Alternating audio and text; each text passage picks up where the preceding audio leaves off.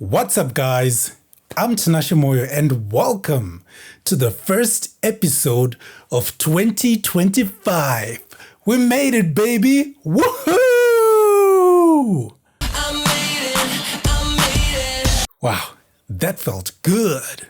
Anyways, on this channel, my goal is to inspire people to take the first step towards their goals in life using my personal experiences. And in this video, I will be talking about how to live fully and embrace growth in 2025 and beyond. So sit back and enjoy.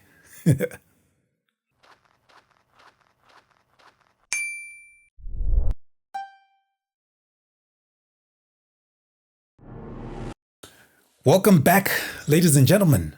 Yeah, let's all acknowledge that 2024 was quite an interesting year, quite challenging to say the least, but there were a few good things along the way. So more than anything, I'm just grateful to be here. I'm pretty sure some of you guys there's this fly, man, come on. Some of you guys watched my last episode of 2024 where I pretty much spoke about embracing and prioritizing the gift of life. So I'm really, really thankful to be here today. So anyways, let's get on with the show. Okay, so guys, I think we've all heard about the new year, new me type of thing, right? Now, I will speak for myself. I'm also part of the people that used to do the new year, new me type of thing. And I ended up figuring out that the more I did that, the more I was putting myself on the spot, in the sense that it's like, for example, I can say 2024, I used to do a lot of bad things. Say, I used to lie a lot. So by saying new year, new me, this fly, come on. By saying new year, new me, it was pretty much an idea of me saying, right, as soon as it's 12 a.m., 1 January 2025, I'm not going to lie anymore. I could have been lying from like 10 minutes before 2025. But as soon as the clock hits, I'm not supposed to lie anymore. So I did that over the years. And it's like things never got better for me. Actually, things actually got worse. It's because of the fact that I was, putting myself on a pedestal. Like, you have to do the best you can to sustain that.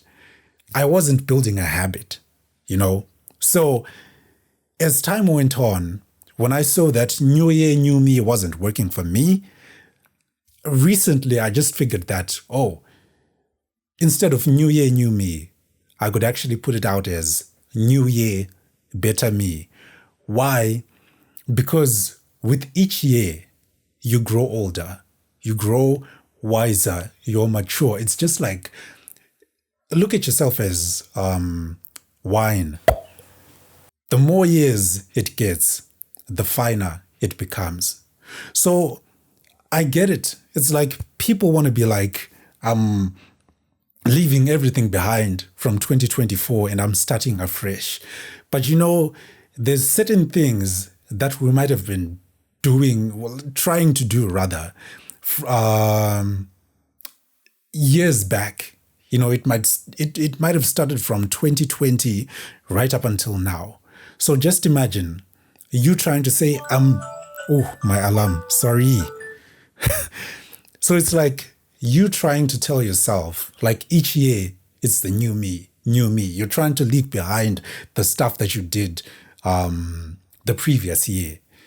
And what does it make you if you're just leaving stuff behind? Like, it's more like creating unaddressed things like, oh, I failed at this, so I'm going to leave that behind. Instead of the new year, new me, you make it new year, better me, in the sense that whatever it is that you tried to do the year before or 2 years before, you try and carry forward and, fix things. Like you challenge yourself, like, I really want to better myself. I really want to improve myself. I think for me, that's the best approach that I noticed can work. I really liked, there's this part from a movie called Spirited, starring Will Ferrell and Ryan Reynolds. And Ryan's character was simply telling Will Ferrell's character, because Will was struggling with the idea that, will I ever be a better person? So Ryan goes on to say, maybe there's no magical quick fix. Probably you need to put in the work, waking up each day and deciding that today I'm going to be better. I really, really liked that part a lot, because it resonated with my whole idea, my whole theme. So New Year, Better Me is simply saying, let's evolve. Let's be better than what we were the year before. Like, you're simply picking up from the stuff you were like doing the years before. It's not like you're completely leaving stuff out behind. There's some, bad things that we do as people. I'll speak for myself. I used to lie a lot. I used to steal. So many things that I used to do. But it wasn't like I'm deciding not to lie. I'm deciding to be a better person. I'm deciding to smile, and then everything changes.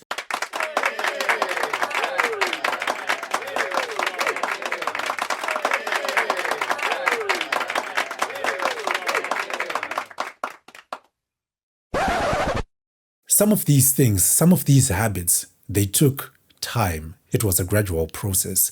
It's just like exercising. You can exercise for the whole year. You want to put on muscle. And then you find out like, oh, I don't really have any muscle.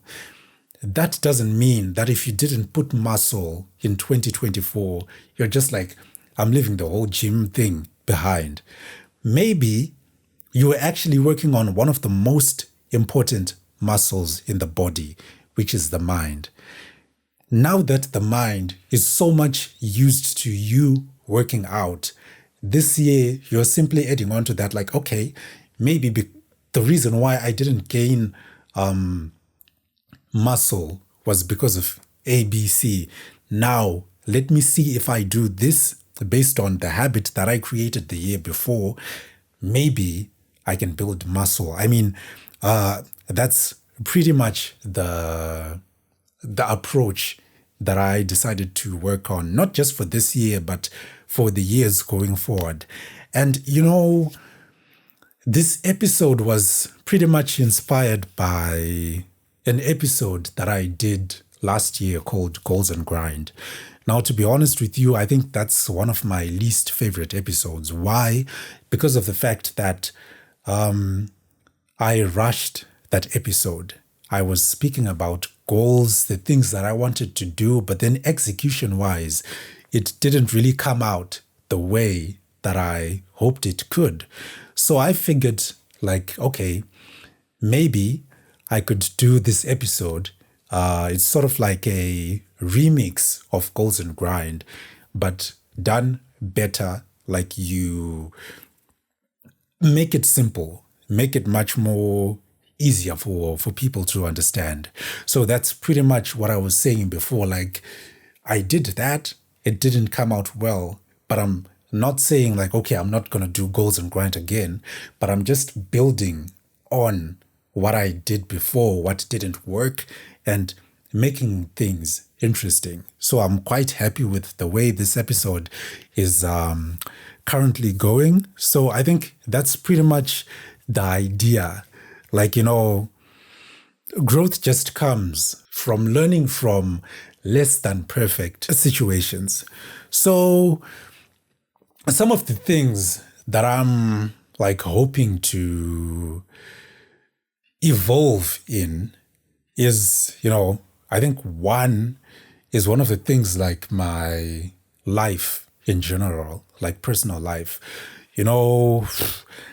I'm someone who doesn't really post pictures and sharing moments. I know there's certain aspects of our lives that we shouldn't share and just keep private to ourselves.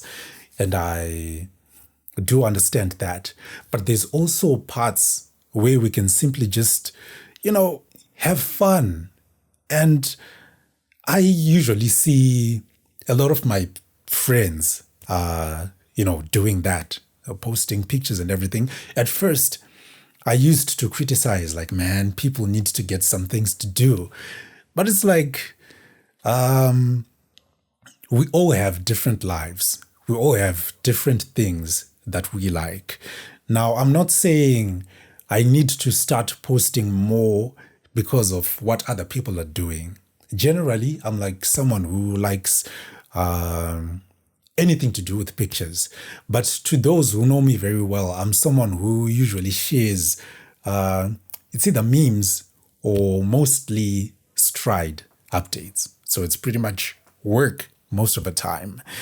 There's not really that fun part, but it's like, I also figured that I needed to be more involved in life. When I look at some of the things like posting pictures, right? I think one thing that I'm grateful for now is the fact that I avoided posting pictures because of the fact that I didn't want to do it as a way to react to something. Either someone ignores you, and then posting a picture is your way to fill that void of being ignored. That's one of the reasons why I stopped posting. But now, being self-aware, I understand, like, okay, if I feel some type of way, I don't post a picture just to try and get a reaction or get back to whoever that ignored me. It's just me, choosing to have fun. So yeah, I'm pretty sure you'll actually be seeing a bit more of myself. It's more of just, loosening up. I'm sure some of you guys, if you've noticed the social media page, particularly Instagram and TikTok, Stride, I've been posting like more of the behind the scenes stuff.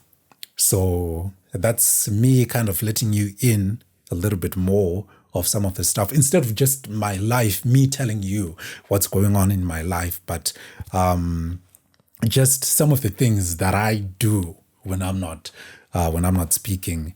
And then there's also the aspect of spending time with friends.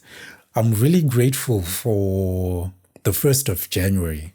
I got to spend time with my really good friend, my best friend, Tawanda, my childhood friend, Tawanda Perai. We had grown, apart. Like, we still talked and everything, but the relationship that we had ever since we were kids was so much different.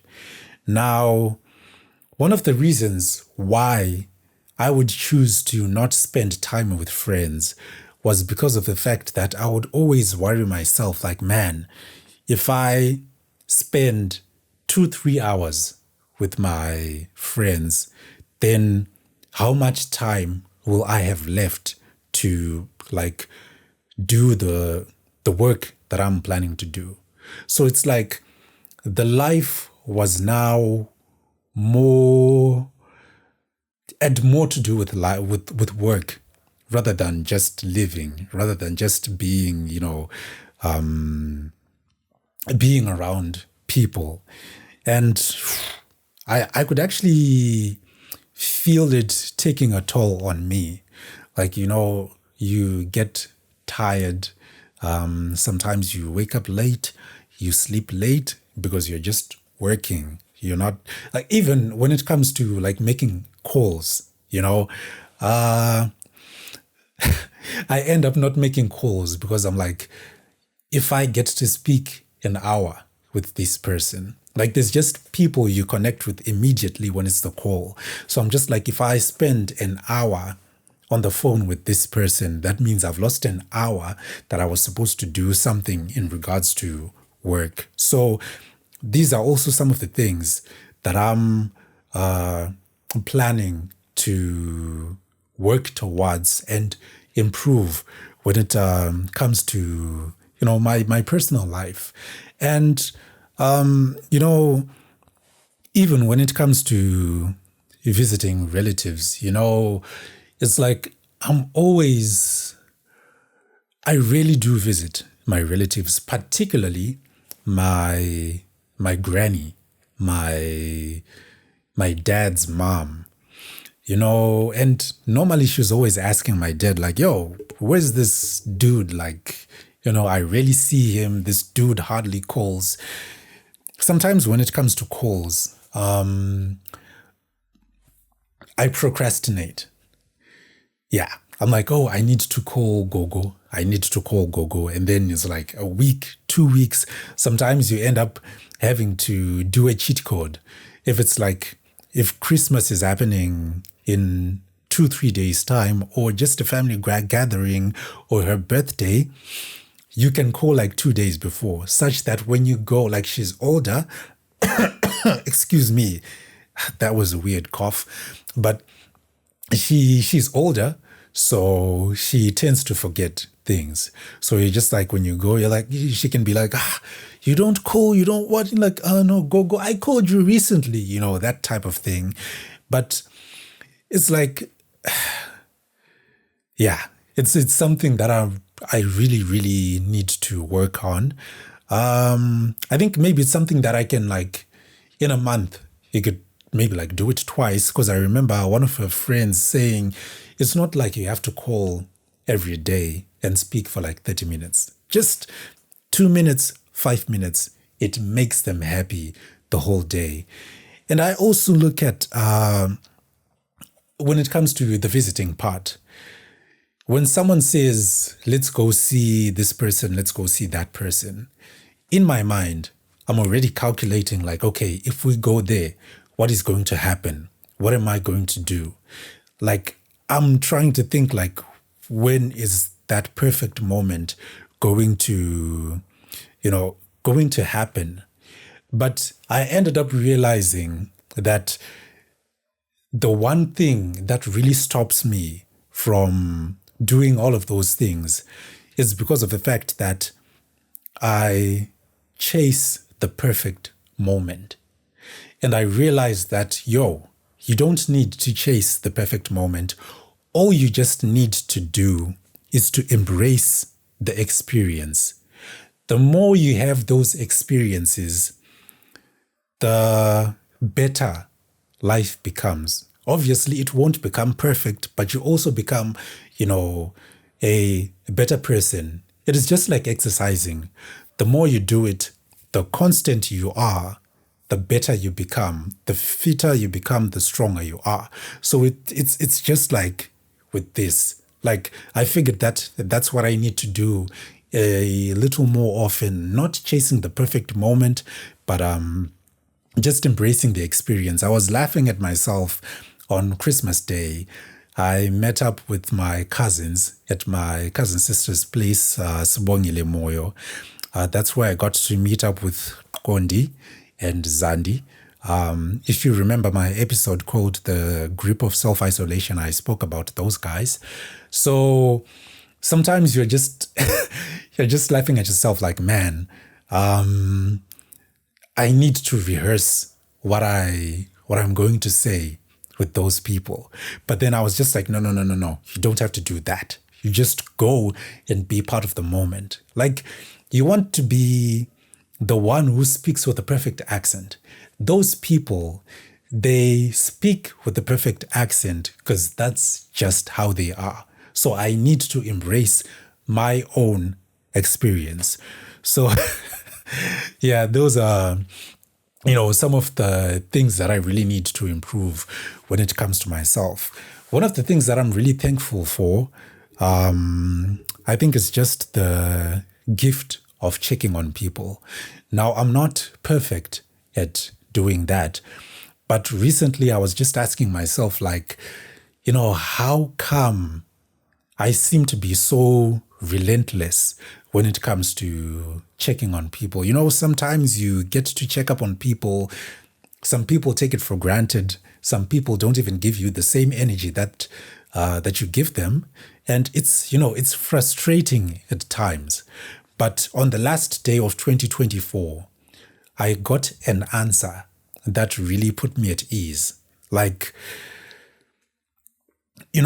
God places me in people's lives and spaces for a certain reason and for a certain season. So that simply means that if the season is over, he's going to place me on someone else's life. So you end up getting to a point where you just realize, like, okay, if they don't respond, that's okay. But, because I get to a point where even if I'm thinking of someone, I can simply text them, and because I'm more of a texter, not a caller. I got to be honest with you on that. And I need to improve on that as well. But just by, checking in on someone, how are you doing? I actually feel good, like, oh, I actually did what I had in mind, particularly when it comes to someone like Paddington's father, Mr. Kaseke. Most times I can text, he doesn't respond, but I understand that he gets the message, and I'm just like, okay, at least I did it. He knows I care, they know I care, and then you just move on. So, that's the one thing I'm really proud of. There's still more of the things that I can do, that I can fix. And, I'm thankful to Tyler Perry for a sermon that he did at Lakewood Church, Joel Austin's church, where he spoke pretty much about what I said. Like, God puts you in people's lives for a season. If you get a chance, do watch that sermon. It's really, really good. So I really like that. And I think that's pretty much what I have to say for now. So the moral of the story is that let's evolve together. Let's remember that whatever it is that we need to work on, it does not take a magical quick fix. We need to work on ourselves constantly. You wake up each day, you're like, okay, at least today, if I work on this one thing, I'm going to be better. So that's pretty much the idea. Gradually build yourself up, not just for this year, but for the years to come. And you'll eventually, be a better person. So I think that's pretty much it. And guys, if you've been getting value from my content, do leave your thoughts in the comments section. I'd love to know what you guys think, especially particularly in regards to your goals for 2025. Don't be hard on yourself. Something might not come full circle this year. Give it time. Give it a couple of years and you'll be okay. Do leave your like. And if you haven't subscribed to the channel, make sure you subscribe. Share the channel with someone you think needs this message. And there's so much in store for 2025. So make sure you're following Stride on Instagram, on TikTok. Unfortunately, Stride is not yet on Facebook, but I'm actually working on that. So yeah, so many interesting things in store. So make sure you're part of the journey. And I will see you guys in the next one. Peace.